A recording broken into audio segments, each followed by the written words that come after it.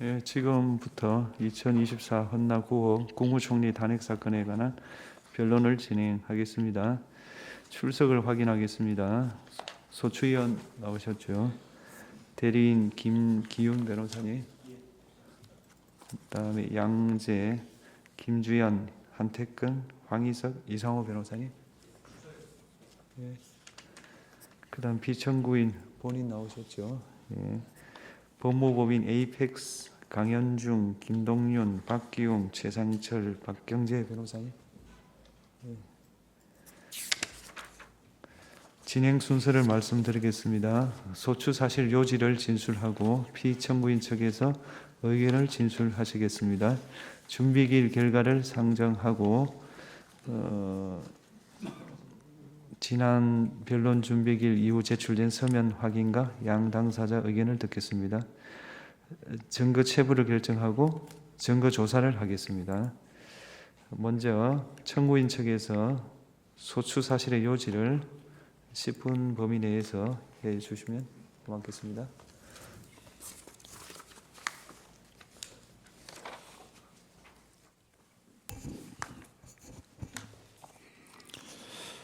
존경하는 헌법재판소 재판관님, 국회 소추위원, 국회 법제사법위원장 정청래입니다.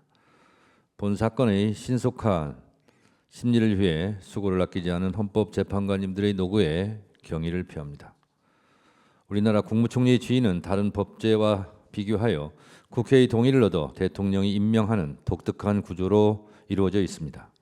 이렇게 국무총리라는 지위는 대통령이 직접 임명하는 특성으로 인해 직접 선출되는 대통령이나 국회의원 등 선출직 공무원에 비해 민주적 정당성의 토대는 약한 면이 존재하고, 또 한편으로는 국회의 동의를 얻어 최종 임명하도록 되어 있는 특성으로 인해 다른 임명직 공무원에 비하여는 간접적으로나마 민주적 정당성이 보강되어 있습니다. 그러므로 국무총리라는 지위에 대하여는 보통의 임명직 공무원이 갖는 헌법수호 의무보다 더 강한 주의 의무가 부과되어 있다고 할 것입니다. 우리 헌법상 국무총리는 대통령을 보좌하며 행정에 관하여 대통령의 명을 받아 행정각부를 통할하고, 국무회의 부의장으로서 국무회의 구성과 운영에 관해 대통령을 보좌할 권한과 책임을 부여받고 있습니다. 오늘 피청구인 한덕수에 대한 탄핵 소추를 말씀드리기에 앞서 지난해 12월 3일 내란의 밤 계엄의 충격을 떠올리지 않을 수 없습니다. 군 통수권자인 대통령이 무장한 군인과 경찰을 앞세워 국회의원을 비롯한 정치인과 법관들을 체포, 감금하고 국회를 침탈하고자 하였고, 헌법기관인 선거관리위원회를 군을 동원하여 사실상 장악하고자 하였습니다.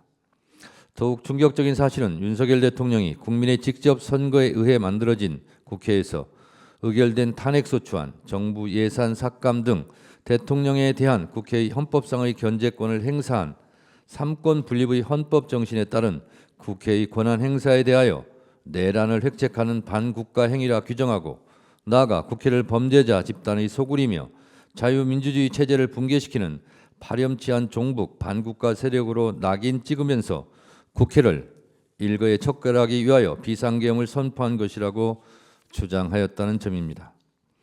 지난해 2024년 4월에 치러진 제22대 국회의원 선거는 윤석열 정권에 대한 중간평가의 성격을 띈 것이었습니다.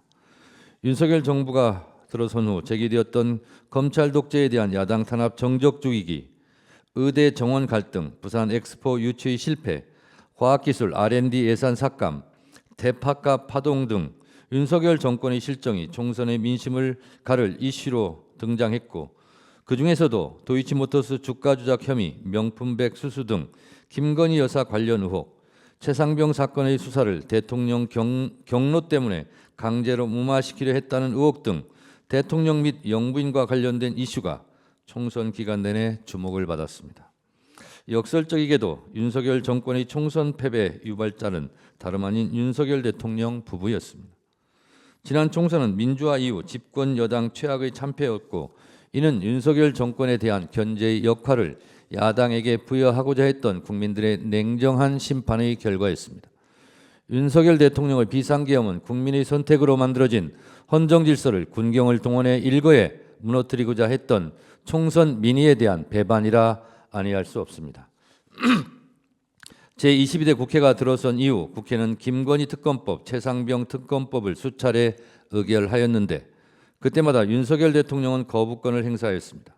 위 두 건의 특검법은 대통령 및 그 가족과 직접 관련된 사안을 수사 대상으로 하고 있는 것이어서 대통령의 거부권 행사는 이해 충돌 방지 차원에서 제한되어야 하며 반복적인 거부권 행사는 헌법상 권한을 남용하는 것입니다.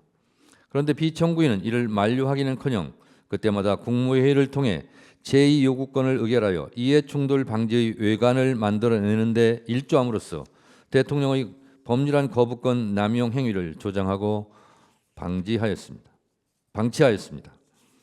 계엄이 선포되던 12월 3일 저녁 비청구인은 국무총리로서 헌법과 법률적 소임을 다하지 않았습니다. 계엄법 제2조 5항은 대통령이 계엄을 선포하거나 변경하고자 할 때에는 국무회의 심의를 거쳐야 한다고 되어 있고 제6항에는 국방부 장관 또는 행정안전부 장관은 국무총리를 거쳐 대통령에게 계엄의 선포를 건의할 수 있다고 되어 있습니다. 피청구인은 스스로 증언하고 있듯이 국무회의는 사실상 없었고 간담회 수준의 흠결 많은 국무회의를 수수방관한 책임이 큽니다. 피청구인은 비상계엄이 위헌위법적 내란 행위임을 누구보다 잘 알고 있으면서도 반대 의견을 피력하였다는 것 외에 특별한 대응을 했다는 것이 알려져 있지 않고 내란 행위가 전개되는 엄중한 상황을 그저 멀뚱멀뚱 지켜보기만 했다는 의혹으로 보자면 내란 행위를 사실상 묵인 방조하였습니다. 이러한 관점에서 피청구인에 대하여 형사 책임은 변론으로 하고 그 정치적 헌법적 책임을 엄중하게 물어야 할 것입니다. 비상계엄이 해제된 후에도 피청구인은 내란 행위로 무너진 헌정 질서를 바로잡기 위해 노력하기보다는 그 혼란을 가중시키고 불확실성을 키우는 행보로 일관하였습니다. 비상계엄 해제 후 내란 우두머리 혐의자인 윤석열 대통령에 대한 탄핵소추안이 국회에서 발의되고 여당 내에서도 탄핵 찬성 입장이 나오고 대통령 퇴진 문제가 거론되는 가운데 12월 7일 윤석열 대통령의 대국민 사과 담화문이 발표되었습니다. 그 다음 날 피청구인은 한동훈 대표와 함께 국민의힘 당사에서 여당과 국무총리가 공동으로 국정 운영을 하겠다는 구상을 밝혔습니다. 하지만 이러한 공동 국정 운영 구상은 아무런 헌법적 근거가 없는 반헌법적 언동으로 전국 안정에 기여하기보다는 오히려 국정 질서의 혼란을 더욱 부채질하는 것이었습니다. 또한 비상계엄 해제 후 내란 주모자 및 가담자들에 대한 검찰 및 경찰의 수사가 본격 개시되는 가운데 대통령으로부터 독립하여 중립성 공정성을 담보할 수 있는 수사를 담당할 상설 특검 검사 임명안이 국회에서 의결되었음에도 윤석열 대통령이 특별검사 임명을 거부한 데 이어 대통령 권한대행이 된 피청구인도 국회에서 적법하게 의결된 특별검사 임명안의 효력을 부정하며 특별검사 임명을 거부함으로써 내란 관련자들에 대한 공정하고 중립적인 수사가 진행되는 것을 방해하였습니다. 피청구인에게는 공석이 된 헌법재판관을 임명하여 헌법재판소가 완전체를 구성할 수 있도록 하는 것이 비상계엄으로 무너진 헌정 질서를 회복하고 전국의 안정을 도모함에 있어 가장 중요한 헌법상 의무였습니다.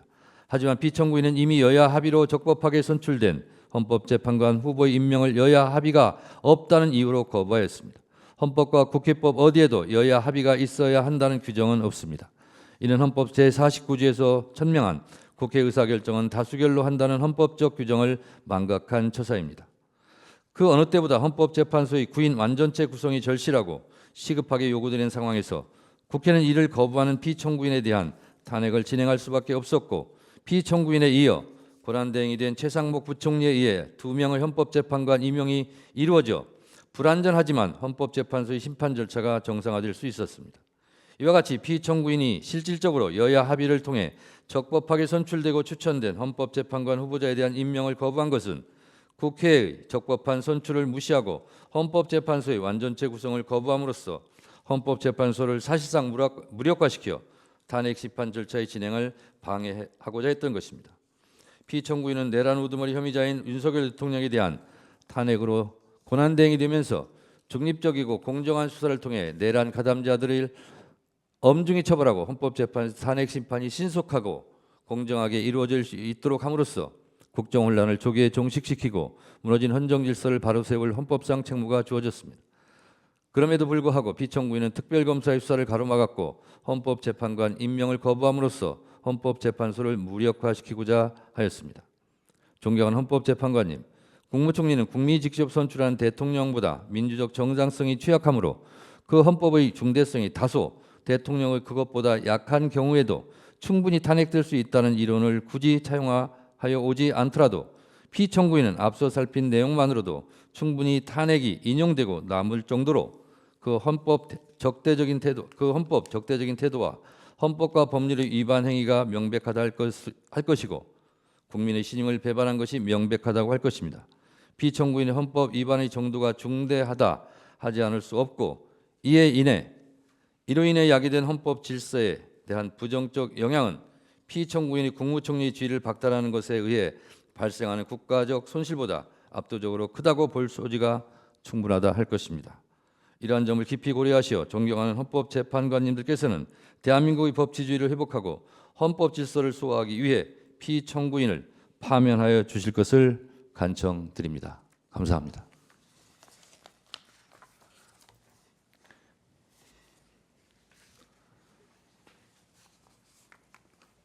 예, 피청구인 측에서 소추 사실에 대한 의견을 진술해 주시기 바랍니다.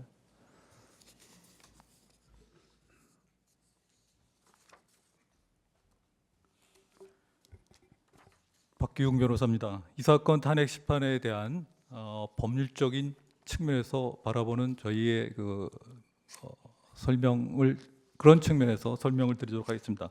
이 사건 탄핵 심판 제도가 엄격하고 남용이 방지돼야 된다는 것은 두말할 필요도 없을 것입니다. 지금 쟁점이 되고 있는 의회의 의결 정족수, 국회의 의결 정족수 문제와 관련해서 우리 주석재판소법에 보면은 권한대행자의 탄핵소추 발의 및 의결의 정족수는 대행되는 공직자의 그것을 기준으로 한다. 그리고 대통령 권한대행의 경우 본래의직에 대한 탄핵 발의 및 의결에 필요한 정족수보다 더 가중된 정족수를 충족해야 하므로 권한대행자로서는 탄핵된 결과 원래의 신분을 잃는다 하여 대행자에게 더 불리한 점은 없다라고 기재하고 있습니다.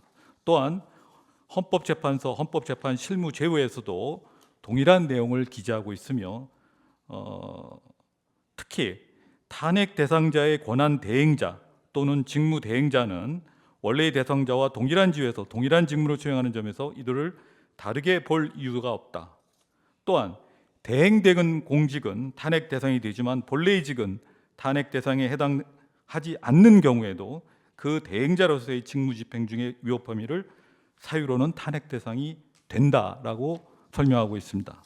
따라서 탄핵 소추 대상에 되는지 해당되는지 여부도 그 권한 대행자가 대행하는 직무를 기준으로 판단하듯이 마찬가지로 권한 대행자에 대한 탄핵 소추 발의 및 의결 정족수는 역시 대행하는 그 직무를 기준으로 하여야 할 것입니다. 그것이 우리 헌법상 탄핵 소추대의 목적과 취지에도 맞닿을 것입니다. 따라서 이 사건 탄핵 소추 사유 중에 권한 대행 전 본래의 직에서 발생한 사유가 일부 포함되어 있다 하더라도 이 사건 탄핵 소추에 대한 국회의 의결은 의결 정족수를 충족하지 못하여 부적법 각하되어야 할 것입니다. 다음은 탄핵 소추에 대한 5가지 탄핵 소추에서 개별적으로 살펴보도록 하겠습니다. 첫 번째, 특별검사 임명 법률안 제2호와 관련해서 설명드리겠습니다. 대통령의 제2호유권은 대통령의 고유 권한으로 규정하고 있습니다. 대한민국 헌법에 보면은 법률안에 이의가 있을 때에는 대통령은 제1항의 기간 내에 이의서를 붙여 국회에 환보하고 그 제의를 요구할 수 있다. 따라서 제2호유권은 헌법상에 보장하는 대통령의 고유 권한입니다. 더 나아가 법률안에 위헌적인 요소가 있다면 당연히 대통령은 제2호유권을 행사해야 함이 마땅합니다. 또한 헌법재판소 8구헌나 2일의 결정에서도 국무총리의 대통령의 보좌 의무에 대해서는 대통령의 권한 행사에 대한 견제 의무가 포함되어 있지 않다고 할 것입니다. 두 번째 사유인 비상계엄 및 내란 행위 관련해서 설명드리겠습니다. 비상계엄 및 내란 행위에 관해서 소추인 측에서 주장하고 있는 행위에 대해서 보면은 피청구인이 비상계엄 선포 계획을 사전에 보고받았다는 주장, 피청구인이 비상계엄 선포를 위한 국무회의를 소집, 주재했다는 주장, 피청구인이 비상계엄 선고를 제지하지 않고 이에 관하여 최소한 묵인 내지 방조했다는 주장이 그 행위로 들고 있습니다. 그러나 이런 행위들은 그 어느 것도 하나 확인되지 않았으며 오히려 피청구인은 계엄 선포 당일 오후 8시 40분이 돼서야 비로소 비상계엄 선포 계획을 인지했고 그 다음에 국무회의를 직접 소집한 것도 아니며 그 다음에 피청구인은 비상계엄 선고 계획을 전해 듣는 즉시 반대 의사를 강하게 표명하고 이를 막기 위해 국무회의 소집을 건의하기까지 하였습니다. 그리고 국회의 해제 2024년 12월 4일 국회의 비상계엄 해제 요구 결의안이 가결되자마자 피청구인은 국회의 결의를 존중하여 신속하게 비상계엄 해제를 추진하였습니다. 세 번째, 공동 국정운영 시도와 관련된 탄핵소추안에서 설명드리겠습니다. 피청구인의 2024년 12월 8일자 담화문 취지를 보면은 행정부의 모든 공직자들 모두 국정 운영에 최선을 다할 것이며 혼란을 타개하기 위해 여당 등과 국회에 협력하겠다는 의지를 표명한 것입니다. 이것은 일상적인 당정 협의이며 또한 윤석열 대통령을 국정 운영에서 배제한다는 취지의 표현이나 윤석열 대통령의 퇴진 및 권한 행사에 관한 문제를 언급한 사실이 전혀 없습니다. 더군다나 그 이후에도 이와 관련한 조치나 행위도 어떠한 행위도 전혀 없었습니다. 따라서 이 점만 보더라도 이 탄핵소추 사유가 얼마나 자기적인지 알 수가 있습니다. 그 다음에 특검 후보자 추천 의뢰와 관련해서 말씀드리겠습니다. 피청구인이 대통령 권한 대행이 된 이후에 13일간 특별검사 후보자 추천을 의뢰하지 않았다는 소추 사유입니다. 특별검사 제도는 정치적 중립성과 독립성을 위하여 공정한 수사와 기소를 보장하는 데 그 핵심이 있습니다. 그런데 특별검사에 임명되어 관한 법률 제3조 1항에 보면은 특별검사 후보 추천에 지체 없이 2명의 특별검사 후보자 추천을 의뢰해야 한다고 되어 있습니다. 지체 없이라는 표현을 쓰고 있습니다. 이에 반하여 같은 조항에서 보면은 위원회 추천 기일이나 특검 임명 기한들은 모두 5일과 3일로 구체적으로 기한을 정하고 있습니다. 여기서 지체 없이의 의미는 우리 법령 위반 심사 기준에 보면은 정당하고 합리적인 이유에 따른 지체는 허용되는 것으로 해석되고 있습니다. 그런데 특별검사 후보 추천의 구성과 관련된 구성 및 운영에 관한 규칙이 2024년 11월 28일 날 제2조가 개정되었습니다만 이 개정된 제2조를 보면은 특별검사의 추천 과정에서 교섭단체 간 균형을 전제로 하여 특검의 공정성 및 중립성을 보장하려는 특검법의 제4조 및 4항 및 제7항을 명백히 위반하고 있습니다. 또한 특정 사안에 대하여는 특정 교섭단체를 배제함으로써 특정 정당이 절대적 권한을 독점하는 위헌 유법적인 요소가 있습니다. 더군다나 2024년 12월 3일 권한쟁의 심판 청구와 효력정지 가처분도 신청되어 있었던 상황입니다. 따라서 이러한 개정 규칙의 위헌 유법성에 대한 숙고를 위하여 후보자 추천 의뢰가 이루어지지 못한 것이고 이는 정당한 사유에 기한 합리적인 범위 내에 지체를 할 것입니다. 또한 실제로 계엄 선포와 관련된 수사에 아무런 지장도 초래되지 않았습니다. 그러므로 이는 특검법 제3조 1항 위반에 해당하지 않을 뿐만 아니라 헌법의 수호와 유지라는 측면에서 보더라도 어떠한 헌법상의 위반도 없다 할 것입니다. 다음은 헌법재판관 임명권 행사와 관련해서 말씀드리겠습니다. 우리 헌법 제111조에 보면은 헌법재판관은 대통령이 임명하되 재판관 중 3인은 국회에서 선출한 자를 임명하도록 되어 있습니다. 이는 중앙선거관리위원회의 구성과는 전혀 다르게 규정되어 있습니다. 우리 헌법에 1987년도 개정된 현행 헌법을 보면은 다시 헌법재판소를 도입하면서 그 직전의 헌법과 달리 대통령의 임명권을 규정하고 있습니다. 특히 또 이와 관련해서 대통령제를 채택하고 있는 미국의 경우 대통령은 상원의 승인이 있은 후에도 그 임명 여부에 대해서 재량권, 디스크레션을 가진다고 규정하고 있습니다. 헌법재판관에 대한 대통령의 임명은 실질적인 것으로서 그 임명 여부에 재량권을 가진다고 할 것입니다. 또한 헌법 제111조에서는 헌법재판관에 대한 대통령 임명 권한의 행사 기한을 규정하고 있지 않습니다. 설령 헌법재판관 임명 행사에 대통령의 자기 의무가 있다고 하더라도 후보자 선출 후 즉시 임명해야 할 의무는 없습니다. 또한 피청구인은 국회가 선출한 후보자 3인에 대하여 그 임명을 거부한 것이 아니라 여야 합의를 조건으로 임명을 보류한 것입니다. 우리 헌법상 통치구조에 비춰볼 때 선거를 통해 국민에 의하여 직접 선출된 대통령에 비하여 권한대행은 그 민주적 정당성에 한계가 있으며 일시적이고 임시적 지위에 있습니다. 따라서 권한대행은 현상 유지란 최소한의 범위 내에서 권한만을 행사, 현상을 변경을 초래하는 권한의 적극적 행사는 자제돼야 합니다. 따라서 권한대행이 가지는 민주적 정당성의 한계를 국회의 실질적인 합의를 통해 보완되어야만 헌법기관의 임명과 같은 적극적 권한 행사를 할 수 있을 것입니다. 마지막으로 의원 내각제를 택하고 있는 독일의 경우 연방 하원과 상원에 해당하는 연방의회와 연방참사관에서 헌법재판관 선출 시에는 3분의 2의 가중 다수결로 의결하도록 하고 있습니다. 이는 다수당과 소수당의 합의를 강제하고 있다 할 것입니다. 따라서 헌법재판관 후보자 선출에 대한 국회 내 의견 합치조차 이루어지지 않는 상태에서 권한대행이 헌법재판관 임명이라는 대통령의 고유 권한을 행사하는 것은 오히려 헌법의 취지에 반할 뿐만 아니라 우리 헌정사에도 나쁜 선례가 될 것입니다.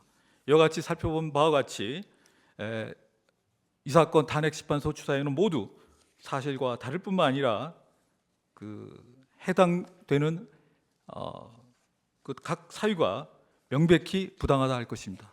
그래서 이 탄핵심판 사유에 부적법 각하 내지는 기각하여 주실 것을 요청드립니다.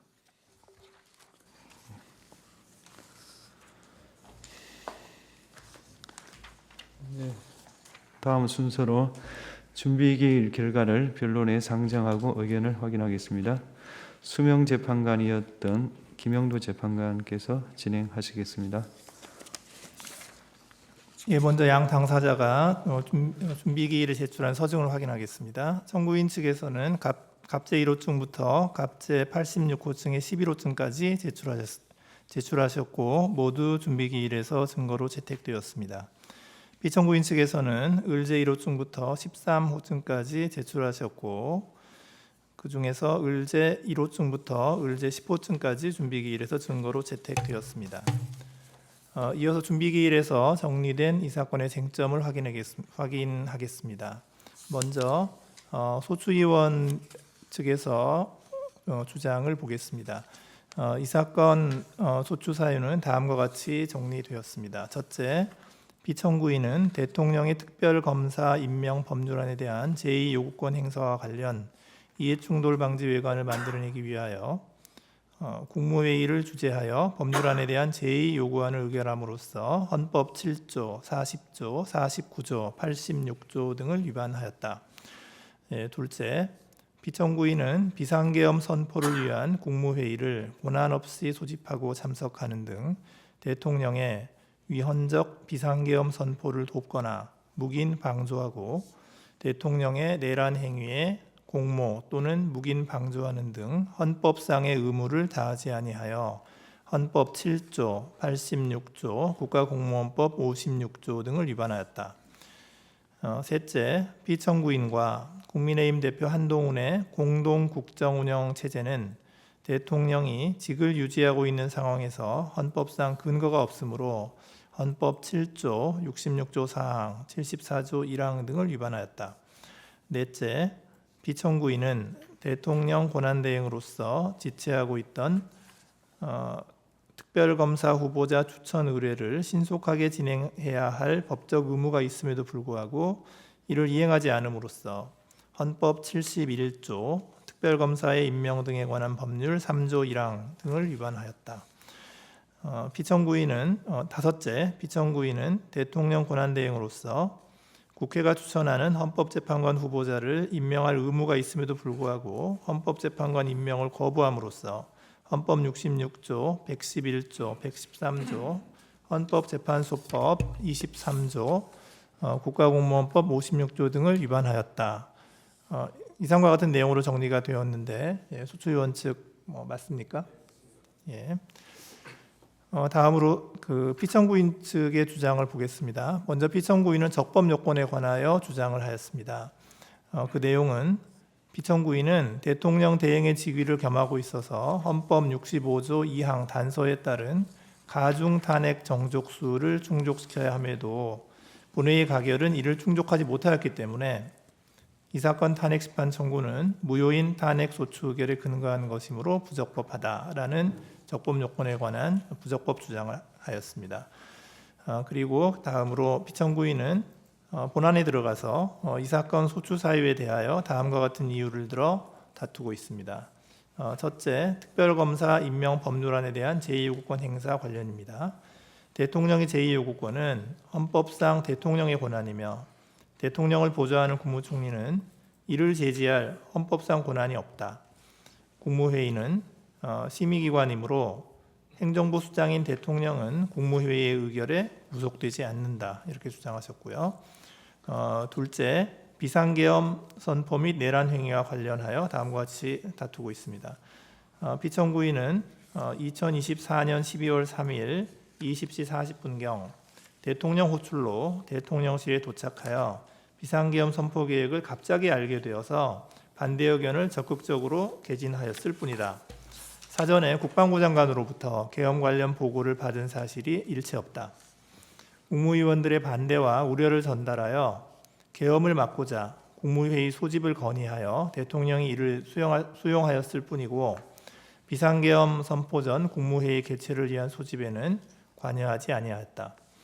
비상계엄 선포 전 국무회의는 안건이 사전에 고지되지 않은 채 갑작스럽게 소집이 통지되고 개의 5분 만에 마무리되어 충분히 심의할 시간적 여유가 없었다. 의안 제출, 검토 의견 명시, 의결 절차 및 부서 등이 없었기 때문에 통상의 국무회의와는 차이가 있었다. 피청구인은 2024년 12월 4일 국회에 비상계엄 해제 요구안 결의에 따라 대통령에게 비상계엄 해제를 건의하였고 대통령의 지시로 비상계엄 해제안 처리를 위하여 국무위원들을 소집하였다. 그러나 국무위원들의 도착이 늦어져서 같은 날 04시 27분경 국무회의를 주재하여 비상계엄 해제 요구안을 심의 가결하였다. 대통령은 피청구인과 어떠한 협의나 의사연락 없이 국회 등에 계엄군을 진입시켰고 피청구인은 방송을 통하여 이를 알게 되었을 뿐이다. 세 번째로 공동국정 운영과 관련한 피청구인의 주장 내용입니다. 피청구인 담화의 주요 내용은 행정부 공직자들 모두 국정 운영에 최선을 다할 것이며 혼란 타개를 위하여 여당 등과 국회에 협력하겠다는 것일 뿐이다. 대통령을 배제한다거나 퇴진 및 권한 행사에 관한 문제를 언급하지 않았다.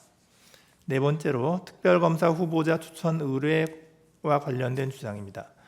피청구인이 대통령 권한대행으로서 특별검사 후보자 추천을 의뢰하지 않은 것은 특별검사 후보 추천위원회의 구성 자체의 위헌성 등이 문제되고 있었기 때문이므로 이는 정당한 사유에 기한 합리적인 범위 내의 지체이다. 내란 혐의 수사는 경찰, 검찰 및 공수처 등에 의하여 이미 개시되어 수사를 진행하고 있어 피청구인이 특별검사 후보자 추천을 다하지 아니한 행위가 수사 진행을 방해 또는 지연시키지 않는다. 다섯 번째, 헌법재판관 임명 부작위와 관련한 주장입니다. 대통령의 헌법재판관 임명은 대통령의 권한이지 의무가 아니고 의무라고 하더라도 준수하여야 할 기간은 헌법 27조, 111조 2항 및 사망의 입법 취지, 선출 절차 진행에 소요되는 기간 등을 고려한 상당한 기간이다. 이와 같은 상당한 기간을 정당한 사유 없이 경과하였다면 지체하였다고 보아야 하는 것인데, 정당한 사유는 후보자 선정과 관련한 정치적 협의, 인사청문회 및 본회의에서의 표결 등 재판관 선출 절차 진행에 소요된 기간, 당시 정치적 상황 등을 종합적으로 고려하여 개별적으로 판단하여야 하는 것이다. 피청구인은 국회의 합의가 이루어지면 즉시 헌법재판관 임명권을 행사하겠다는 입장을 발표하였고, 이는 임명의 일시적 보류이지 거부는 아니므로 부조약이라고 평가할 수 없다. 민주적 정당성이 취약한 대통령 권한대행은 대통령 사고 시 헌법기관을 구성하는 헌법재판관의 임명과 같이 현상의 변경을 초래하는 적극적 권한 행사는 자제되어야 한다. 탄핵소추 의결의 당사자인 국회가 탄핵심판 주체인 헌법재판관을 선출하는 것은 소추와 심판의 분리 원칙에 위배된다. 당시 국회 헌법재판관 3인의 선출 가결은 국회를 구성하는 정당 중 의석 우위를 점하는 특정 정당에 의하여 진행된 것이다. 현행헌법은 대통령의 헌법재판관 임명권을 형식적 심사권 이상으로 규정하고 있고, 비교법적으로도 대통령이 연방대법관의 임명 여부에 대하여 재량권을 가지고 있는 미국의 경우를 참고하여 해석해야 한다. 예, 이상이 피청구인 측의 주장인 것으로 정리했습니다. 맞습니까? 예, 맞습니다. 예. 준비기일 결과를 변론 상정하는 것에 대해서 양 당사자 측에 특별한 의견이 있으십니까? 먼저 청구인 대리인. 예, 이해 없습니다. 예, 피청구인 대리인. 없습니다. 예. 이상으로 준비기일 결과의 변론 상정을 마치겠습니다. 예, 다음으로는 제출 서면을 확인하고 이에 관한 의견 진술을 듣겠습니다. 청구인 측에서는 청구인 측에서 제출한 서면은 다음과 같습니다.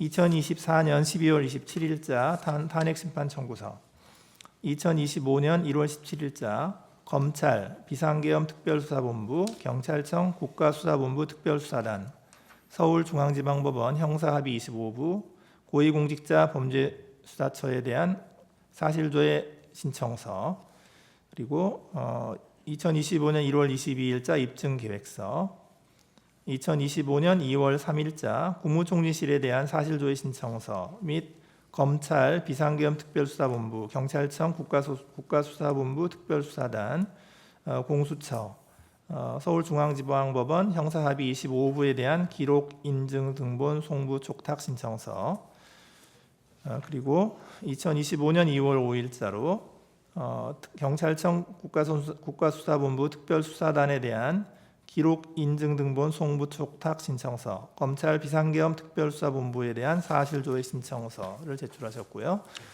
2025년 2월 27일자로 국무총리실에 대한 기록 인증 등본 송부 촉탁 신청서를 제출하셨고, 2025년 2월 11일자로 검찰청 비상계엄 특별수사본부에 대한 형사기록 인증 등본 송부 촉탁 신청서를 제출하셨습니다. 그리고 2025년 2월 14일에 증인 신청서를 제출하셨습니다. 이상 제출한 서면 맞으시죠? 예, 피청구인 측에서는 다음과 같은 서면을 제출하셨습니다. 2월 25일, 1월 6일자로 답변서와 심리 진행에 대한 의견서를 제출하셨고, 1월 23일자로 구성명 요청서를 제출하셨고, 1월 31일자로 준비서면 및 증거에 관한 의견서를 제출하셨고, 2월 3일자로 증인 신청에 관한 의견서, 심리 진행에 관한 의견서 및 참고 자료를 제출하였습니다. 2월 4일에 준비서면 2를 제출하셨고, 2월 10일 심리 진행에 관한 의견서 3을 제출하였습니다. 2월 13일자로 심리 진행에 관한 의견서 4, 참고 자료, 준비서면 3 및 4를 제출하였습니다. 맞죠? 네, 맞습니다. 양 당사자 측에서 제출하신 서면에 기재된 쟁점들에 관하여 앞서 소출 사실과 관련하여 모두에 진술하신 것 외에 추가로 더 진술하실 내용이 있으면 말씀해 주시기 바랍니다. 먼저 청구인 대리인. 준비한 PT 자료. 그거는 나중에 끝날 때 하시면 종합적인 거죠, 그거. 그거는 이제 마무리할 때 하시면 되고요. 지금까지 낸 서류 서류 말고 뭐 새로운 것도 다시 주장할 거가 또 추가 주장할 거 있느냐 그걸 여쭤보는 아닙니다. 겁니다. 예. 그건 없으신 거죠? 예. 그다음에 피청구인 쪽 대리인 예, 추가적인 자료 제출 없습니다. 예, 없으시고요. 예. 증거 체부 결정하겠습니다. 먼저 정인 신청에 관하여 청구인 측이 2월 13일 한동훈에 대한 정인 신청을 하셨습니다. 청구인 측이 신청한 정인은 2월 14일 도착한 국무총리실의 사실조회 해신 등에 비추어 반드시 필요한 정인이라 보기 어려워 재판부 평의를 거쳐 정인 신청을 기각합니다. 청구인 측의 사실조회 신청에 대해서 보겠습니다. 1월 17일 검찰, 경찰, 서울중앙지방법원 고위공직자 범죄수사처 사실조회 신청을 했고 재판부가 채택하여 각 해신이 도착했습니다. 청구인 측은 2월 3일 국무총리실에 대한 사실조회 신청을 했고 채택해서 2월 14일 회신이 도착했습니다. 2월 5일 검찰에 사실조회 신청을 했고 재판부 채택했는데 회신은 아직 도착하지 않았습니다. 이 확인해 보셨습니까? 지금 뭐 내부의 논의를 통해서 결과를 회신하겠다고 하고 아직 예, 도착한 자료들은 다 도착한 보셨죠? 예. 예. 청구인 측의 인정등본 송부 촉탁을 보겠습니다. 2월 3일 검찰청, 경찰청, 고위공직자 범죄수사처 형사합의 25부에 대한 송부 촉탁 신청하셨고요. 다 채택했고 2월 10일 검찰 고위공직자 범죄수사처, 2월 14일 서울중앙지방법원으로부터 회신이 도착했습니다. 청구인 측은 2월 5일 경찰청 국수본에 기록 인정등본 송부 촉탁했고 채택해서 2월 12일 회신이 도착했습니다.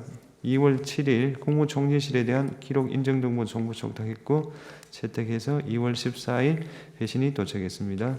2월 11일 검찰청 비상계엄 특수본에 대한 기록 인정등본 송부 촉탁했고 채택하여 2월 19일 회신이 도착했습니다. 도착한 회신은 확인해 보셨습니까? 예, 확인해봤습니다. 그래서 증거를 제출한 것이 2월 18일자 갑제 87호증 1부터 갑제 88호증의 8 예, 이렇습니까? 그렇습니다. 예. 그다음 피청구인 측에서는 이 갑 87호증 1부터 88호증 8까지 확인을 해 보셨습니까? 예, 인부는 어떻습니까? 예, 성립인자하고 입증 취지는 부인하도록 하겠습니다. 네. 그다음 그렇게 정리하고 증거를 모두 채택하겠습니다.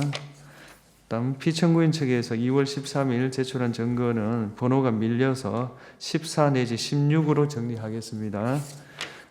청구인 측 인부하시겠습니까? 저희들도 성립인정하고 입증치를 부인하겠습니다. 예, 증거를 모두 채택하겠습니다. 이 증거들 채택된 증거들에 대해서 양측이 다 열람한 것으로 보이므로 양 당사자 측에서 양해하신다면 열람으로 대체할까 싶습니다. 어떻습니까? 예. 어떻습니까? 근데 저희가 그 증거 서류 87, 88호증을 받긴 했는데 증거 목록은 받지를 못했습니다. 그래서 어떤 증거가 그 서류는 받았는데 어떤 증거가 제출되었는지 87호증에 87호증, 88호증에 각 가지 번호 붙은 그 증거에 대한 제가 읽어드리겠습니다.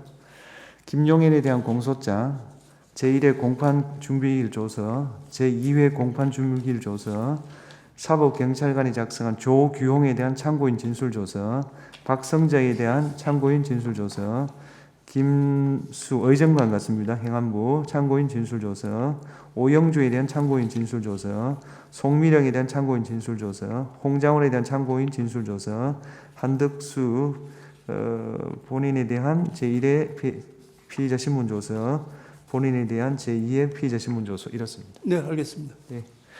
열람을 하셨죠? 예, 열람을 했습니다. 예, 그걸로 증거 조사는 끝내겠습니다. 그 다음에 이 증거 조사 결과에 대해서 이의 있으십니까? 의의 없습니다. 없습니다. 없으시죠? 예, 증거 조사는 끝났고요.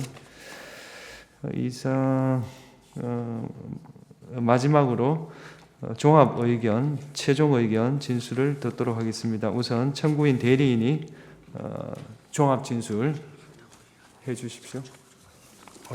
지금 저희들이 인증등본 촉탁 신청을 한 그 서류들이 아직 검찰 측에서는 지금 하나도 도착하지 않았습니다. 그래서 검찰청요? 예, 그거는 예,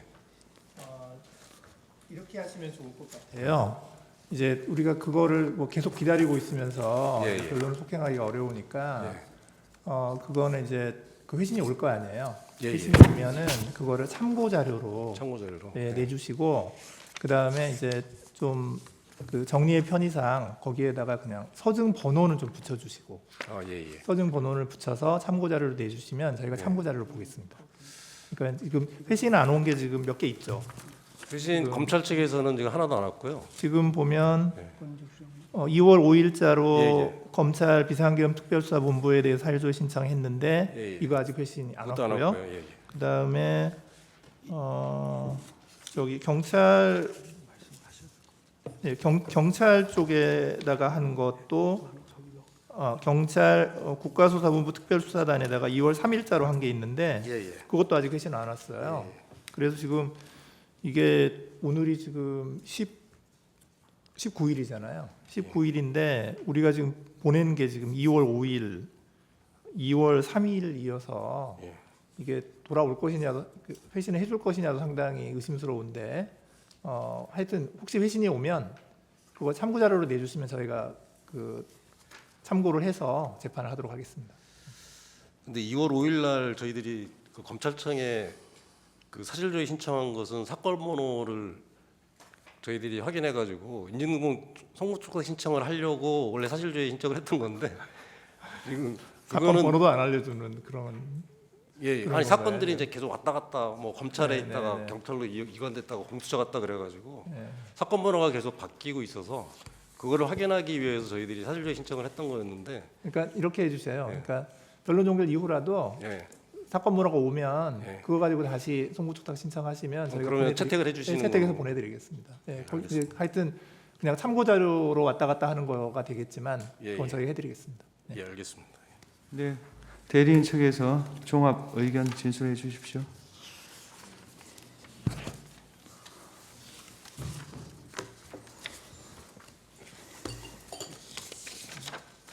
저희들이 처음에 연락받을 때 그 변론사 탄핵 소추사의 요지 발표 시간 한 30분 정도 준다고 그래가지고 하십시오. 예, 아니 그래서 이제 우리 그 법사위원장님 한 10분 정도 하시고 제가 이제 나머지 시간을 예. 발표하는 거는데 그 준비된 자료를 발표하는 그렇게 걸로 하십시오. 하겠습니다. 예. 예, 예. 감사합니다. 청구인 측 대리인 김주현 변호사입니다. 피청구인에 대한 탄핵 소추 사유 요지를 발표하는 걸로 네. 그렇게 하겠습니다. 먼저 피청구인에 대한 탄핵 소추안의 의결 정족수 관련 부분이 계속 문제가 돼서 그 부분 저희 의견을 말씀드리겠습니다.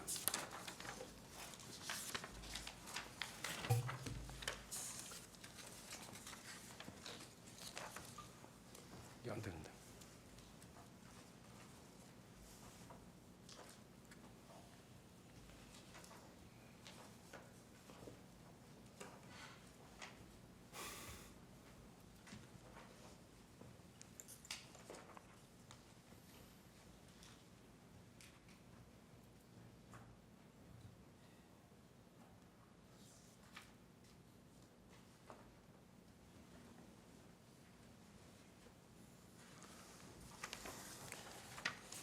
피청구인 측은 이 사건 피청구인에 대한 탄핵 소추에 필요한 의결 정족수가 제재규정 과반수의 찬성을 했기 때문에 부적법하다 이런 주장을 하고 있습니다. 헌법은 대통령 및 헌법에서 대통령에 대한 탄핵 소추를 의결할 때 국무총리 및 국무위원 등의 경우에 비해서 대통령의 경우에는 가중된 의결 정족수를 요구하는 규정을 두고 있습니다. 이러한 규정을 둔 취지는 대통령이 국민에 의해서 직접 선출된 점을 고려한 것으로 보입니다. 하지만 피청구인은 국민이 직접 선출한 공무원이 아니고 대통령이 국회의 동의를 받아서 임명한 공무원입니다. 그리고 대통령에 대한 탄핵 소추로 대통령 권한 대행이 되었다 하더라도 피청구인의 기본적인 지위는 국무총리입니다. 그리고 대통령에 대한 탄핵 소추가 의결된 후에도 대통령은 직무가 정지되었을 뿐 대통령의 지위는 그대로 유지되고 있으므로 권한 대행에게 대통령에 준하는 지위가 인정될 여지는 없다고 보여집니다. 따라서 피청구인에 대한 탄핵 소추안이 국회 제재위원 과반수 찬성으로 의결된 것은 아무 문제가 없다 할 것입니다. 다음 탄핵소추 사유 중에서 특검법에 대해서 반복적으로 제2요구안을 의결한 점에 대해서 말씀드리겠습니다. 문제가 된 두 가지 특검법은 뭐 다들 아시지만 그 김건희 여사 영부인에 대한 관련된 사안이고, 또 하나는 최혜병 특검법은 대통령의 경로로 그 해병 사망 사건에 대한 수사를 강압적으로 무마시켰다는 그런 의혹과 관련된 사안을 수사 대상으로 하고 있습니다. 그리고 이 두 가지 모두 대통령 가족 그리고 대통령 본인과 관련된 사안을 그 수사대상으로 하고 있습니다.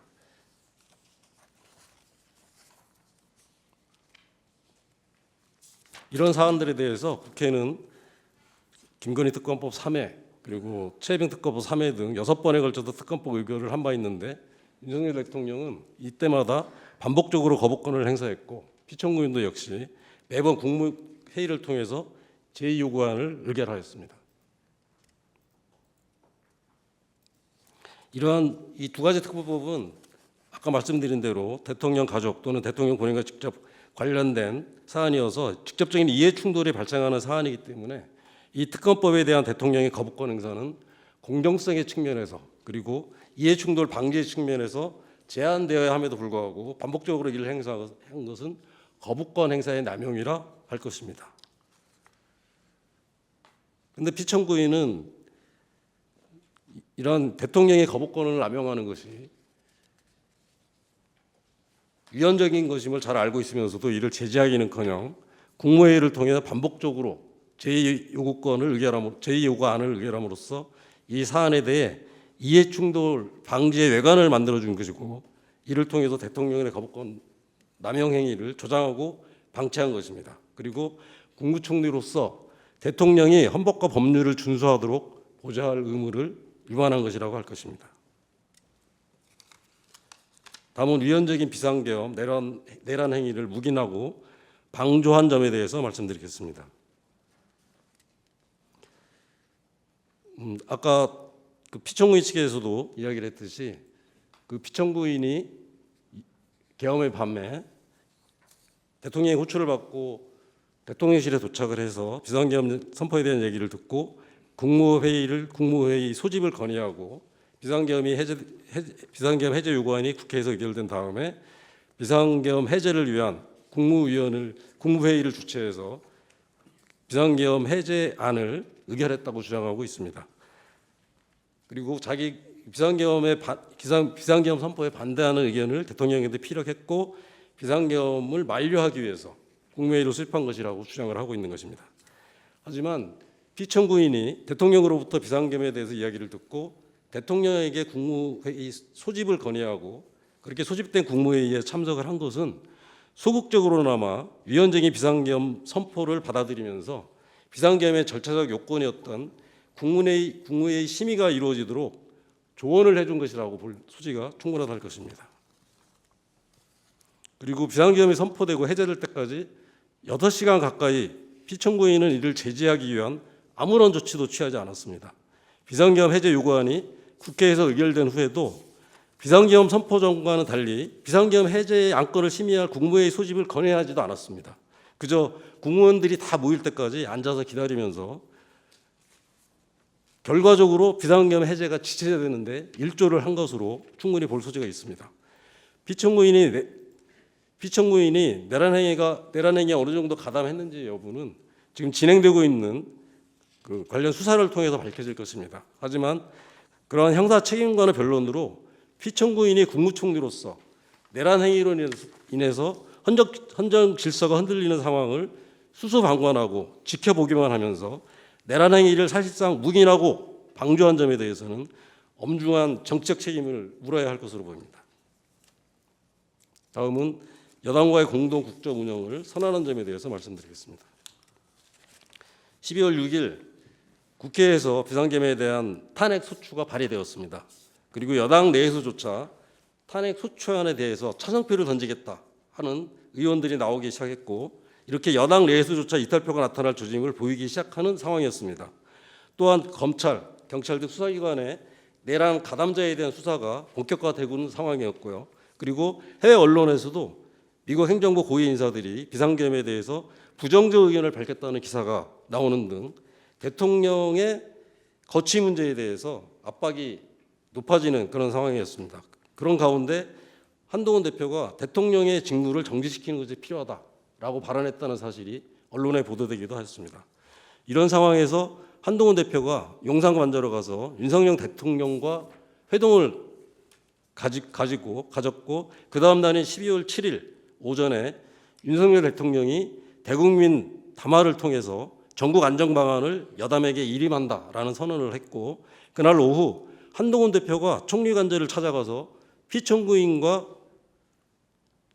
회동을 갖기도 했고요. 그런 와중에 대통령의 조기 퇴진이 불가피하다는 한동훈 대표의 발언이 또 언론에 보도되기도 했습니다. 그리고 12월 8일 오전에 국민의힘 당사에서 한동훈 대표와 피청구인이 나란히 서서 차례로 공동선언을 발표하기에 이르렀던 것입니다. 한동훈 대표는 공동선언문을 통해서 대통령이 자신의 임기를 포함한 전국 안정 방안을 당에 일임하였다고 하면서 대통령 퇴진 전까지 국무총리와 당이 국정을 책임 운영한다는 내용의 공동 국정 운영 방안을 발표했습니다. 그리고 이 담화에 뒤이어서 피청구인은 여당과 지혜를 모아서 국정을 안정적으로 운영한다라는 내용의 한동훈 대표의 담화 내용에 호응하는 취지의 담화를 발표했던 것입니다. 하지만 이렇게 피청구인이 국무총리로서 여당과 공동으로 국정을 운영하겠다는 것은 헌법과 법률에 전혀 근거가 없는 위헌적인 주장의 다름 아니라 할 것입니다. 더욱이 당시는 대통령에 대한 탄핵 소추가 의결되기도 전이어서 윤석열 대통령의 지휘와 권한이 그대로 유지되고 있는 상황이었기 때문에 공동 국정 운영 구상은 위헌적인 발생에 기초한 것이고 헌법의 기본 원칙인 법치주의, 권력분리 원칙 등을 위반한 것임에 당원을 요하지 않는다 할 것입니다. 다음은 상설특검 후보자 추천 의뢰를 거부한 점에 대해서 말씀드리겠습니다. 상설특검법에 의하면 국회에서 상설 특별검사 수사안이 의결된 경우 대통령은 특별검사 후보 추천위원회에 2명의 특별검사 후보자를 지체 없이 의뢰하도록 되어 있고, 이 규정은 강행 규정임에 이론의 여지가 없습니다.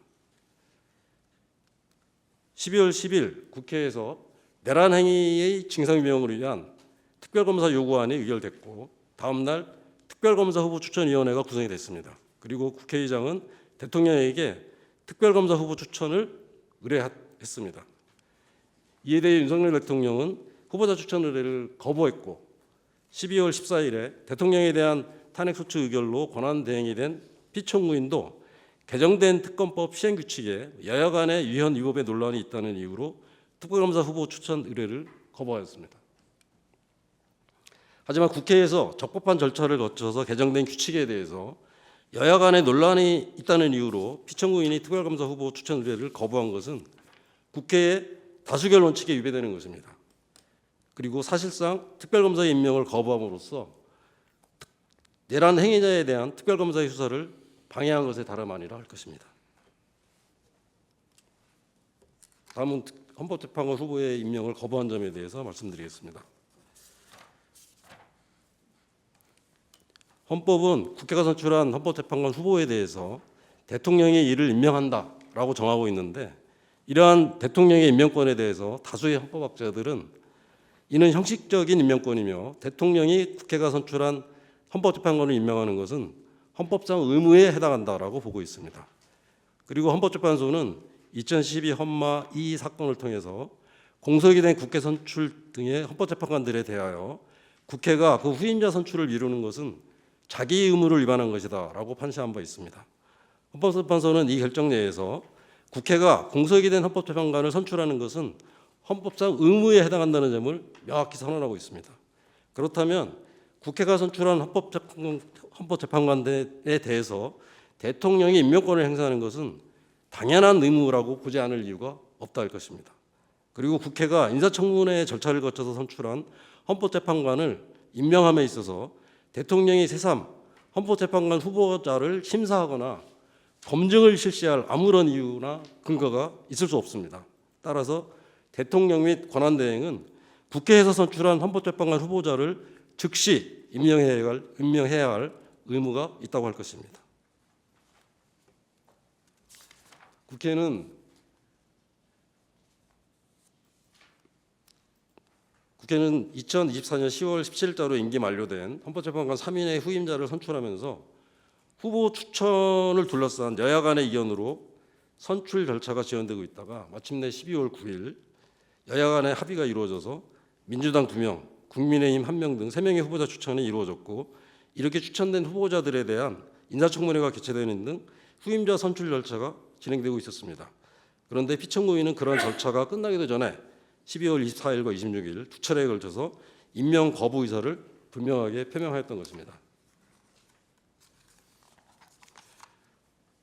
그리고 국회가 12월 26일 헌법재판관 후보 3인의 선출을 의결하였음에도 불구하고 피청구인은 이 임명을 여전히 거부했고, 다음 날인 12월 27일 국회는 피청구인에 대한 탄핵소추안을 재석의원 192명 전원 찬성으로 의결하였습니다.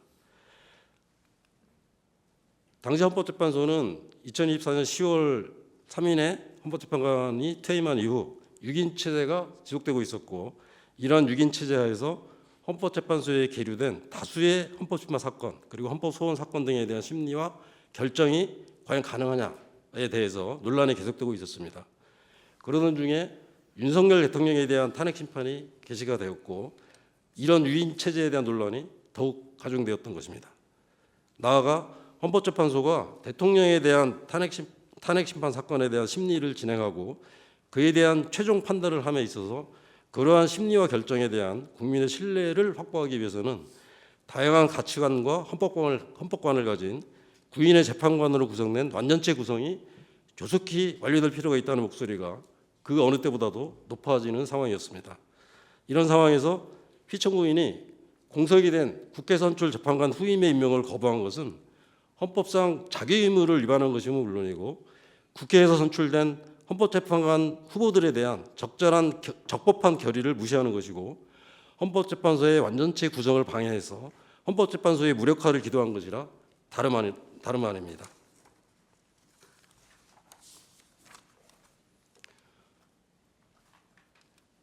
또한 피청구인 역시 내란 행위 가담자로서 수사를 받는 지위에 있었습니다. 이러한 지위에서 공범의 징계 절차를 방해하는 등 공범들에게 도움을 주는 행위를 한 것이라고 보지 않을 수 없고, 헌법수호의 의무를 위반한 것이라고 보지 않을 수 없습니다.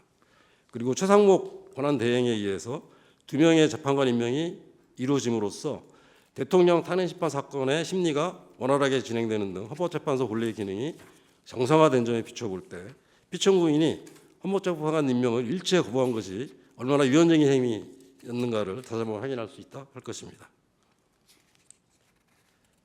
다음은 피청구인의 헌법 위반의 중대성에 대해서 살펴보겠습니다. 헌법재판소는 앞서 두 건의 대통령에 대한 탄핵심판 사건을 통해서 헌법 수호의 관점 그리고 국민의 신뢰의 관점에서 헌법 위반의 중대성에 대한 판단 기준을 제시한 바 있습니다. 하지만 본건의 경우는 국무총리를 대상으로 한 탄핵심판 사건으로서 국무총리가 국민이 직접 선출한 공무원이 아니고, 또 대통령의 경우와는 달리 탄핵 소추 의결 요건도 가중 요건이 적용되지 않았던 점들을 고려해 볼 때 이러한 중대성에 대한 판단도 대통령에 대한 탄핵 심판의 사건의 경우보다는 좀 더 완화된 기준이 적용되어야 할 것으로 보입니다. 앞서 5가지 탄핵 사유를 순서대로 쭉 살펴봤는데요. 이러한 5가지 탄핵 사유 하나하나가 그 헌법 위반의 중대성이 결코 적지 않습니다. 그리고 이런 것들을 종합적으로 검토해 볼 때 피청구인의 어떤 헌법 위반 행위가 헌법 질서에 미치는 부정적 영향과 해악이 아주 중대해서 피고인에 대한 파면이 정당화될 수 있는 정도의 충분한 헌법 위반의 중대성이 해악이 크다고 보여집니다. 이런 점을 감안하셔서 피청구인을 파면한다라는 결정을 내려주시기 바랍니다.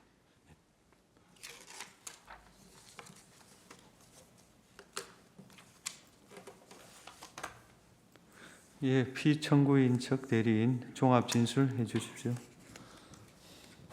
재판장님, 아까 서중에 관련해서 잠깐 한마디만 말씀을 드리도록 하겠습니다. 아까 재판장님이 저희가 준비 절차에서 관련 형사 기록 인증 등 이번 송부 촉탁을 증거 방법으로 채택을 해주셨고, 그래서 저희가 또 피청구인 측에서 서둘러 달라고 계속 증거 방법을 조속하게 해달라고 말씀을 하셔서 저희는 뭐 즉시 신청을 했었는데, 다만 이제 다른 곳에서는 뭐 공수처라든가는 회신이 왔습니다마는 지금 주력으로 있는 곳은 사실은 검찰청에 있습니다. 근데 검찰청에서는 그걸 송부받고도 지금 아직 제출하지 않고 있는 상황이고 검토를 해보겠다 뭐 이런 상황이어서 뭐 그 회신이 늦어지는 것이 저희의 무슨 귀책이나 그런 것에 있는 것이 아니고, 또 아까 이것을 참고 변론이 지금 오늘 종결된다면 그것은 참고 자료로 제출되는 것인데, 저희는 이미 서중으로 채택할 것을 그거를 받아서 서중으로 제출할 것을 염두에다 두고 송부 촉탁 신청을 한 것인데, 참고 자료가 서중과 같다 혹은 증명력이 있다 이렇게 볼 수는 없는 것이 아닌가 싶어서 이게 돌아오는 기간을 어느 정도 감안하셔서 좀 변론을 증거로 제출할 수 있도록 한번 생각을 해 주셨으면 좋겠습니다. 네, 피청구인 쪽 의원에게 말씀해 보시죠. 청구인의 주장은 청구인이 제출하는 서류 자체가 지금 탄핵소추 사유하고 어떤 관련이 있는지 알 수 없습니다만은 심리를 지연하려는 의도 외에 다른 의도가 없는 것으로 보여집니다. 따라서 그것은 재판관님께서 말씀하신 대로 참고 자료로 제하시는 것은 모르겠는데, 그것을 증거 자료 제출하기 위해서 또 언제 올지도 모르는 자료를 가지고 또 증거 자료 제출하겠다 해서 심리를 속행한다는 것은 매우 적절하지 못한 주장이라 생각됩니다. 명백히 그것은 심리 지연 의도로 보일 수밖에 없습니다. 예, 제가 좀 의견을 말씀을 드리면요. 이게 지금 검찰 비상계엄 특별수사본부에 대해서 사실조회 신청한 게 2월 5일이었습니다. 오늘이 2월 19일이거든요. 그리고 그 경찰청 국가수사본부 특별수사단에 대해서 그 기록 인증 등본 송부 촉탁한 게 2월 3일이었어요. 근데 오늘이 2월 19일인데 저희가 그쪽에다가 이거를 강제할 수 있는 방법이 없습니다. 그런데 지금 뭐 2주, 3주 지났는데 그거 기다리겠다고 속행하는 건 좀 무익해 보이거든요.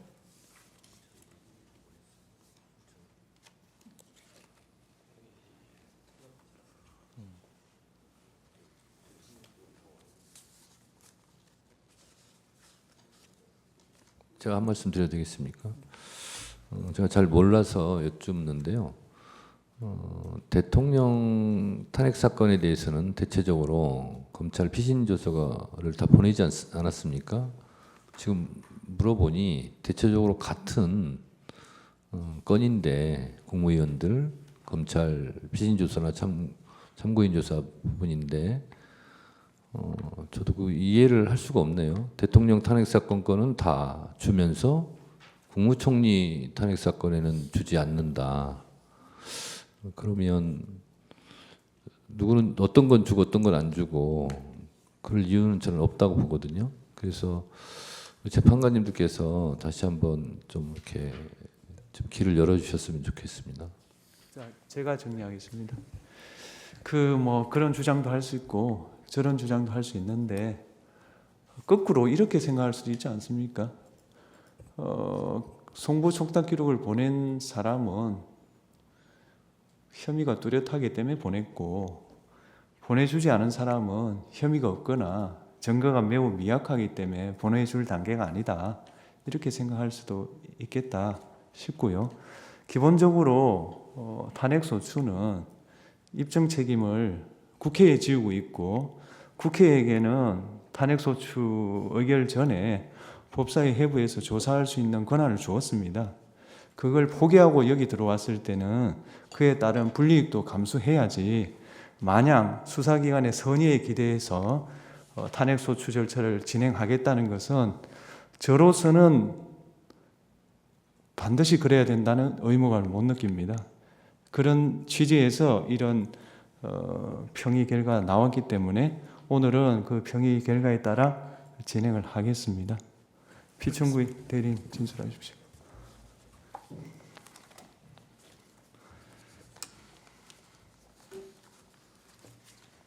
네, 존경하는 재판관님, 피청구인은 대통령 탄핵소추 소추안 가결 후 헌법과 법률이 정한 범위 내에서 최선을 다해 대통령 권한대행의 직을 수행했음에도 불구하고 13일 만에 탄핵되었습니다. 이는 헌정사상 최초의 권한대행이 탄핵이자 적법한 요건을 갖추지 못한 졸속 탄핵으로 먼저 이 사건 탄핵 집행 청구의 부적법을 주장합니다. 권한대행자에 대한 탄핵소추 대상 여부와 그 발의 및 의결 종족수는 모두 대행하는 직무를 기준으로 판단해야 합니다. 따라서 대통령 권한대행에 대한 탄핵소추의 경우 헌법 65조 제2항 본문이 아닌 그 단서에 따라 대통령 탄핵에 필요한 제적인 3분의 2 찬성의 가중정수 요건을 적용해야 합니다. 그러나 국회 본회의에서 의결된 피청구인 탄핵소추안은 이러한 가중정수 요건을 충족하지 못하였습니다. 따라서 이 사건 탄핵 심판 청구는 헌법이 정한 절차적 요건을 충족하지 못하여 부적법 각하되어야 합니다. 가사 이 사건 탄핵소추안에 헌법 제65조항 본문에 규정된 일반 종족수가 적용된다 하더라도 청구인이 주장하는 탄핵 사유는 아래서 보는 바와 같이 모두 사실에 부합하지 않거나 법리적으로 탄핵 사유를 구성하지 않으므로 탄핵 심판 청구는 기각되어야 합니다. 첫째, 특별검사 임명 법률안 제외와 관련해서 대통령 제외 요건은 헌법이 보장하는 대통령의 고유 권한입니다. 당시 국무총리였던 피청구인은 대통령의 고유 권한 제외 요구권의 행사를 견제하거나 제지할 권한 및 의무가 없었으며 단지 대통령을 보좌하는 국무총리 지위에서 국무회의 심의 등 헌법과 법률이 정한 절차에 따라 제외 요구 과정을 수행했을 뿐입니다. 더욱이 제외 요구 대상에 대한 특권 법률안은 위헌 입법사항이 명백했던 바 이는 국회의 재의결 과정에서도 그 위헌 입법성이 인정되어 최종적으로 폐기되었습니다. 둘째,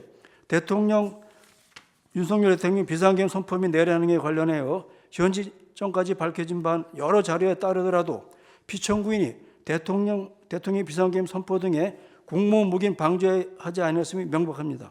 오히려 피청구인은 비상계엄 선포 및 국무회에서 다른 국무위원들과 함께 비상계엄에 반대 의사를 명확히 표명했고 국회의 비상계엄 해제 요구 결의안 가결 직후 신속히 국무회를 소집하여 본인이 직접 주재하는 가운데 비상계엄 해제를 의결하는 등 일관되게 비상계엄 선포에 반대했음이 분명하게 드러나고 있습니다. 더구나 김용원 전 국방부 장관 공소장에 보면은 공소사실 내용에 대통령의 소집 지시를 받은 국무위원 등이 대통령실 5층 대적견실에 모이고 라고 기재하고 또 김영현은 국무총리 함독소를 거치지 않은 채 대통령에게 직접 비상계엄의 선포를 건의했고 라고 명백히 기재되어 있습니다. 이런 점을 꼭 살펴보아 주시기 바랍니다. 셋째, 한동훈 국민의힘 당대표의 공동국정 운영과 관련해서 피청구인이 2024년 12월 8일자 담화하면 그 내용 자체만으로도 청구인이 주장하는 공동국정운영의 의도가 전혀 존재하지 않았음이 명확히 보여집니다. 피청구인과 한동훈 국민의힘 전 대표는 각자의 이름으로 독립적인 담화음을 발표했을 뿐이며 담화음은 어디에도 대통령을 배제하거나 대통령의 권한을 행사하겠다는 내용은 전혀 언급된 바가 없습니다.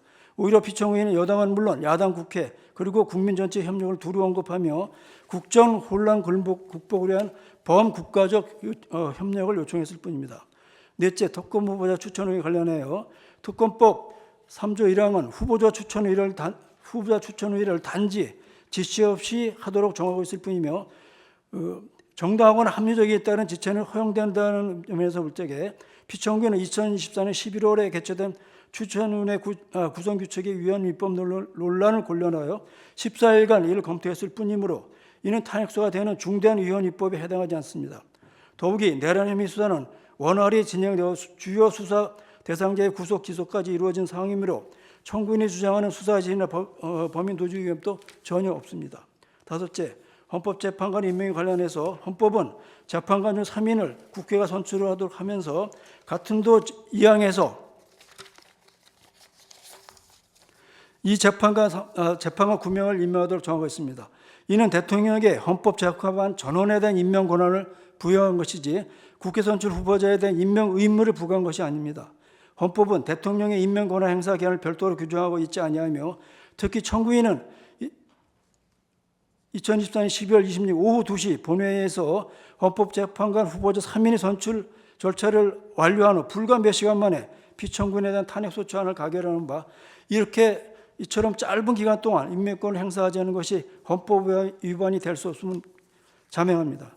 더욱이 피청구인 대통령 권한대행의 권한 범위, 여야 간 실질적 합의의 필요성, 그리고 공정한 재판을 받을 권리 등을 종합적으로 고려하여 볼 적에 국익과 헌법적 가치에 따른 임명을 일시적으로 보류한 것으로 판단한 것이므로 이는 정당한 탄핵소추가 될 수가 없습니다. 따라서 청구인이 주장한 모두 탄핵소추 사유는 그 사실관계가 왜곡되었거나 법리적 근거가 없는 것이며 설령 피청구인 행위가 있었다 하더라도 이는 헌법과 법률이 허용하는 정당한 권한행사의 범위 내에 있었음이 명백합니다.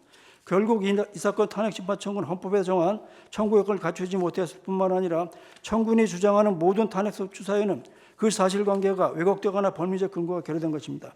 이에 이 사건 탄핵은 마땅히 각각 또는 기각되어야 할 것입니다. 이와 어울려 신속한 심리가 필요한 점에 대해서 몇 가지만 더 말씀드리도록 하겠습니다. 피청구인의 탄핵소추는 대통령 탄핵소추 사태 이후 국정을 안정시켜야 할 권한대행의 직무마저 정지시킴으로써 헌정사상 유례없는 이중의 공백 사태를 초래하였습니다. 이는 대통령 탄핵으로 인한 사회적 혼란이 수습될 기회를 원천적으로 차단했을 뿐만 아니라 행정부의 권한 행사에 심각한 공백을 야기하여 법 취지의 근거를 뒤흔드는 결과를 낳고 있습니다. 헌재의 권한대행은 그 원직이 장관으로서 그 임명에 국회의 동의를 거치지 않았다는 점에서 민주적 정당성의 국무총리에 비해 떨어질 수밖에 없습니다. 더욱 큰 문제는 제1야당의 행동을 고려할 때 현 권한대행을 비롯하여 그 지위를 승계하는 자들의 출퇴한에 의할 가능성도 무시할 수 없는 것입니다. 국제사회는 현재 비상계엄 선포에서 탄핵에 이르기까지 전례 없는 정치적 혼란을 어떻게 수습할 것인지 예의주시하고 있습니다. 이러한 중차대한 시점에서 헌법소의 최위보루인 헌법재판소에서 대통령 권한대행 탄핵심판의 심리결정을 신속하게 진행함으로써 무분별한 탄핵소추로 인한 국정 중단의 위험을 조속히 해소하고 대통령의 직무정지는 엄중한 상황에서도 대한민국이 흔들림 없는 법치국가라서 정상적으로 작동할 수 있음을 국내에 분명히 보여주어야 할 것입니다. 또한 피청구인은 50여 년간 대한민국 무역통상의 정책의 중심에서 활약해 왔습니다. 피청구인의 경험과 지혜가 지금 이 순간 절실히 필요합니다. 이에 언론사의 보도 내용과 같이 국무위원들과 현 권한대행 역시도 피청구인이 신속히 복귀하여 트럼프 행정부의 대응에서 관세무역 전쟁에 대비해서 대응한다는 점에서 뜻을 갖추고 있는 것으로 알고 있습니다. 정상 간 외교가 어려운 현 시점에 하루빨리 피청구인을 직무에 복귀시켜 그 역량을 국가를 위해 펼칠 수 있도록 해야 합니다. 지난 변론 준비 열차 이후 피청구인 탄핵 사건에 사회적 관심이 커지고 있으며 본 탄핵 사건의 신속 결정이 각계각층의 목소리가 높아지고 있습니다. 국내 주요 언론사를 비롯한 수많은 언론사들이 대미 통상의 대응의 필요성, 국정 불안정 해소, 법적 안정성 확보, 국제사회 신뢰도 문제 등을 들어 탄핵 사건에 대한 신속한 결정이 필요하다고 입을 모으고 있습니다. 국무위원을 비롯한 여러 정부 주요 인사들 역시 본 탄핵 사건이 빨리 해결되어야 정부가 글로벌 관세 전쟁에 잘 대응할 수 있는 점에 동의하고 있습니다. 헌법학자를 중심으로 학계에서도 본 탄핵 사건이 본질상 성결되어야 할 문제라는 점을 지적하여 신속한 결정의 필요성을 강조하고 있습니다. 피청구인의 탄핵 사건은 사실관계가 명확하고 쟁점이 복잡하지 않아 현재까지 제출된 자료도 충분히 판단이 가능하다고 보여집니다. 조속히 선고기일을 지정해 주시를 정중히 요청드립니다. 마지막으로 하늘이 무너져도 정의를 세우라는 법격언이 있습니다. 헌법재판소 재판관님들이 대통령 권한대행 탄핵소추를 심리하면서 대통령 권한대행 탄핵소추를 심리하면서 이념이나 정파에 구매됨이 없이 오직 헌법과 법률에 근거하여 대한민국의 미래를 위하여 정의로운 결정을 선고해 주십시오. 무엇이 정의인지 정의를 바로 세워 우리 앞에 닥친 혼란을 잠재우고 다시 우리나라가 정의로운 국가가 될 수 있도록 해주시기 바랍니다. 감사합니다. 예. 이어서 예. 아니 그 그건 제가 순서를 드리겠습니다. 예, 청구인 소추위원 최종 의견 진술하십시오.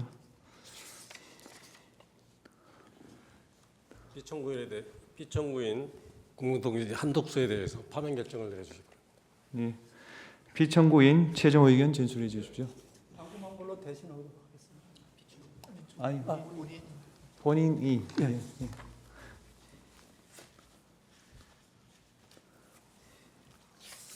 존경하는 헌법재판소 소장 대행님과 재판관님, 저는 오늘 대한민국 48대 국무총리이자 윤석열 정부의 29번째 탄핵 소추 대상으로 헌법재판소 재판정에 섰습니다. 먼저 비상계엄 선포와 해제, 그에 뒤이은 세 번째 현직 국가원수 탄핵 심판으로 인하여 우리 국민 한 분 한 분이 느끼고 계신 고통을 무겁게 받아들이고 있다는 말씀을 드리고 싶습니다. 저는 여야의 극한 대립 속에 행정 각부를 통할하며 대통령님을 잘 보조하여 어려운 대내외 상황을 극복해 나가고자 하였으나 대통령님이 다른 선택을 하시도록 설득하지 못했습니다. 대통령 권한대행으로서 헌법과 법률에 따라 오로지 국민만 바라보며 안정된 국정 운영에 전력을 다하는 것이 마지막 소임이라 생각하였으나 저 또한 탄핵 소추되어 부득이 직무가 정지되었습니다. 어느 누구보다 열심히 살아온 우리 국민들이 이런 어려운 상황을 겪고 계신 것 자체에 대하여 제 일신의 영역을 떠나 진심으로 가슴 아프고 송구스럽게 생각하고 있습니다. 존경하는 재판관 여러분, 국회는 5가지 사유로 저를 탄핵 소추하셨습니다. 우선 국회는 제가 대통령 권한대행이 되기에 앞서 국무총리로 일할 때 국회가 통과시킨 여러 법안에 대하여 국무회의를 통해 제2요구안을 심의하고 의결한 것이 위헌이고 위법이라고 주장하셨습니다. 그러나 해당 법안들은 모두 위헌 소지가 있었기에 헌법과 법률을 지켜야 할 행정부가 이를 받아들이는 것은 우리 헌정 질서의 기본 정신에도 도저히 부합하지 않았습니다. 이어 국회가 제기한 내란 동조, 묵인, 방조 주장에 대하여 저는 대통령님이 어떤 계획을 갖고 계신지 사전에 알지 못하였고 대통령이 다시 생각하시도록 최선을 다해 설득하였으며 군 동원에도 일체 관여한 사실이 없음을 다시 한번 분명히 말씀드리고 싶습니다. 세 번째로 제가 여당 대표와 함께 담화문을 발표한 것은 이번 사태의 여파로 대외 신인도가 흔들리거나 경제가 위축되지 않도록 정부와 여야가 협력하여 안정된 국정 운영에 힘쓰겠다는 뜻을 밝힌 것일 뿐 국회가 주장하시는 것처럼 권력을 찬탈하기 위해서가 전혀 아니었습니다. 또한 국회는 제가 권한대행이 되자마자 상설특검 후보자 추천을 의뢰하지 않은 것이 잘못이라고 하셨습니다만 이는 국회의 요구에 즉시 따르는 쪽이 오히려 우리 헌정 질서를 어지럽히고 국론 분열을 심화시킬 우려가 컸습니다. 특정 성향 야당만으로 특검을 구성할 수 있도록 야당 단독으로 하위 법령을 고친 것을 두고 위헌 논란이 거셌기 때문입니다. 따라서 대통령 권한대행인 저로서는 과연 어떤 결정이 헌법과 법률에 부합하며 국가 전체를 위하여 올바르고 이로운지 여러 의견을 듣고 숙고할 시간이 절실하였습니다. 이미 공수처, 경찰, 검찰, 국방부 등 여러 국가기관이 대규모 계엄 관련 수사를 벌이고 있어 증거인멸이나 수사 지연 우려도 거의 없었습니다. 마지막 탄핵 사유는 헌법재판소 재판관님 임명 문제였습니다. 저는 대통령 권한대행은 대통령의 고유 권한 행사를 최대한 자제해야 한다는 점, 여야의 실질적 합의 없이 헌법재판관을 임명하는 것은 우리 헌정사에 전례가 없다는 점을 깊이 고민하였습니다. 나라가 어렵고 국론이 분분할수록 우리가 돌아봐야 할 것도 우리가 추구해야 할 것도 오직 원칙과 가치 그리고 국민의 합의라는 점도 마음에 새겼습니다. 그런 맥락에서 여야의 합의를 여러 번 간곡히 요청하였고 여야가 합의하면 즉각 임명하겠다고 약속드렸습니다만 국회는 탄핵 소추로 응답하셨습니다. 이는 제1신의 영역을 떠나 우리 국민과 헌정 질서 전체를 위하여 가슴 아픈 일이라 생각합니다. 존경하는 재판관 여러분, 저는 대한민국 1인당 국민 소득이 300달러가 채 안 되던 1970년 공직에 입문하였습니다. 미국, 일본, 독일처럼 우리보다 10배, 20배 잘 사는 나라를 까마득하게 바라보며 언젠가 우리 국민도 선진국 국민이 누리는 풍요와 안정을 누릴 수 있게 되기를 염원하였습니다. 50년 가까이 국정의 최일선에서 밤낮 없이 일하며 그 꿈이 이루어지는 과정을 지켜보고 기여한 것이 저의 기쁨이었습니다. 저에게 많은 기회를 주신 국민들께 마지막으로 봉사하고 싶어 두 번째 국무총리직을 받아들이고 혼신의 힘을 다해 뛰었습니다. 경제 기적과 문화 도약을 이룬 우리나라가 극단의 정치에 함몰되어 길지 않은 현대 민주주의 역사에서 벌써 세 번째 국가 원수 탄핵을 경험하고 있는 것을 무엇보다 가슴 아프게 생각합니다. 한평생 국민을 섬긴 사람으로서 제게 남은 꿈은 단 한 가지, 하루빨리 불합리한 혐의를 벗고 국민께 약속드린 마지막 소임을 다하는 것입니다. 우리 앞에는 이제껏 경험한 수많은 난관보다 한층 거센 폭풍이 기다리고 있습니다. 이를 극복하기 위해서는 무엇보다 정치와 정부가 지금까지와 크게 달라져야 합니다. 과거 우리 곁에는 언제나 진영의 유불리를 넘어 나라 전체를 볼 줄 아는 정치인, 정치로 풀 일을 정치로 풀어주시는 어른들이 계셨습니다. 지금 우리 국민들이 가장 간절히 기다리는 것도 바로 그런 큰 정치의 복원이라고 생각합니다. 또한 세계 질서가 재편될 때 정부가 적시에 대응하지 않으면 미래 세대가 오래도록 혹독한 대가를 치러야 합니다. 제가 저희 자리로 서둘러 돌아가야 하는 이유도 바로 거기에 있다고 생각합니다. 존경하는 재판관 여러분, 극단의 정치는 국민 모두에게 막대한 비용을 지울 뿐 그 어떤 해답도 주지 못한다는 사실을 우리 모두는 이번 일을 통하여 뼈아프게 배우고 있습니다. 법치와 합의, 자제와 성찰, 합리와 효율이 정치와 정부, 나아가 사회 전체를 움직이는 작동 원리가 될 때 대한민국은 비로소 좌나 우로 가는 대신 위로 갈 수가 있다고 믿습니다. 진영에 휘둘리지 않고 국민 한 분 한 분을 위하여 최선의 해답을 찾아낼 수 있습니다. 대한민국이 극단의 시대를 넘어 합리의 시대로 나아갈 수 있도록 헌재가 우리 사회의 마지막 보루로서 현명한 판단을 내려주시기를 간곡히 당부드립니다. 감사합니다.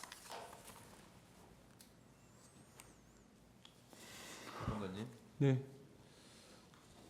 아까 우리 법률 대리인께서 한 줄로 최종 변론한 걸로 하기에는 오늘 좀 들어보니 저도 좀 최종 하십시오. 할 수 있도록 해주시겠습니까? 하십시오.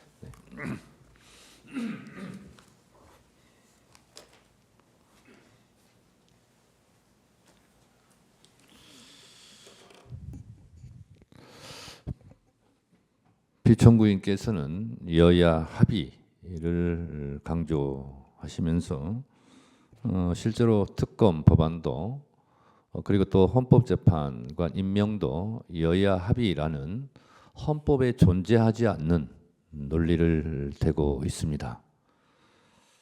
비판받지 않는 영역이 진리라면 정책과 의견 주장은 항상 비판이 있을 수 있고 진영에 따라서 이익과 손해가 있을 수 있습니다.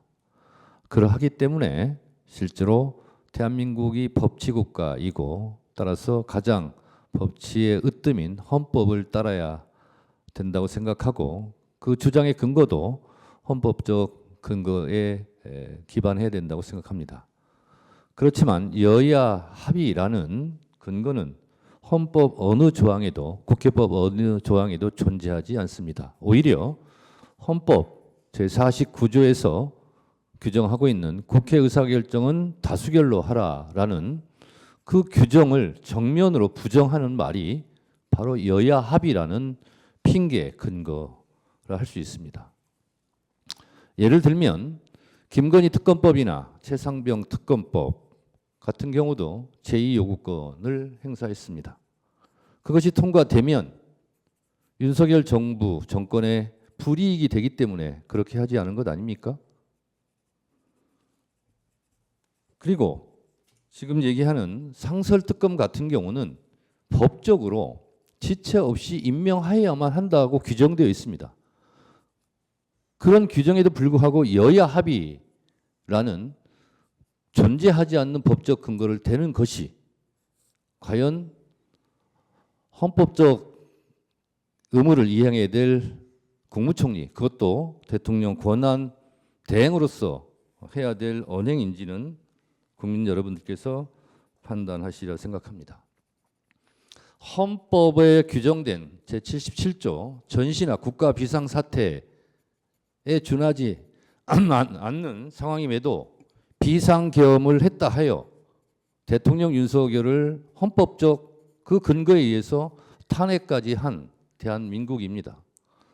그 이후에 그런 혼란한 상황을 지혜롭게 수습해야 될 대통령 권한대행께서 헌법적 근거 없는 여야 합의를 계속 주장한다는 것은 헌법기관의 하나인 일수돼 있는 대통령 권한대행으로서 해야 될 주장은 아닌 것으로 생각합니다. 또한 헌법재판관을 임명하지 않는 것은 헌법재판소법에서 규정하고 있는 의무를 이행하지 않았다라고 생각합니다. 만약에 한덕수 국무총리를 탄핵하지 않았더라면 지금도 헌법재판관은 6인 체제로 매우 불안정하게 국민들에게 불안감과 혼란을 가중시켰을 것입니다. 그래서 국회는 한덕수 국무총리를 탄핵할 수밖에 없었습니다. 그 결과 불안전하지만 헌법재판소는 8인 체제로 지금 운영되고 있는 것입니다. 이런 상황 속에서도 서부지법 폭동 사태를 일으킨 일부 극렬 지지자들이 헌법재판소까지 지금도 공격하고 있는 상황입니다. 만약에 8인 체제가 아니라 6인 체제였더라면 헌법재판소를 공격하는 그 강도는 지금보다 훨씬 더 강했을 것입니다.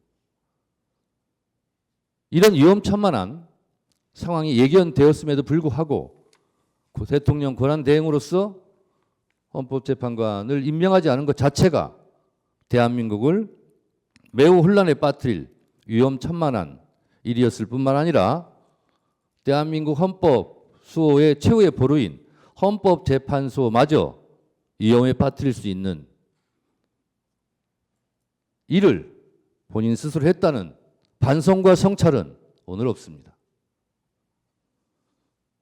대한민국 헌법 어디에도, 국회법 어디에도, 다른 어느 법에도 국회가 여야 합의가 되어야만 국회에서 의결한 것을 대통령이나 대통령 권한대행이 행사할 수 있다는 조항은 없습니다. 이러한 점을 고려하시어 피청구인을 파면함으로써 대한민국 헌법 수호의 의지를 헌법재판소에서 추상같이 국민 여러분들께 보여줄 것을 청구인으로서 간청드립니다. 감사합니다.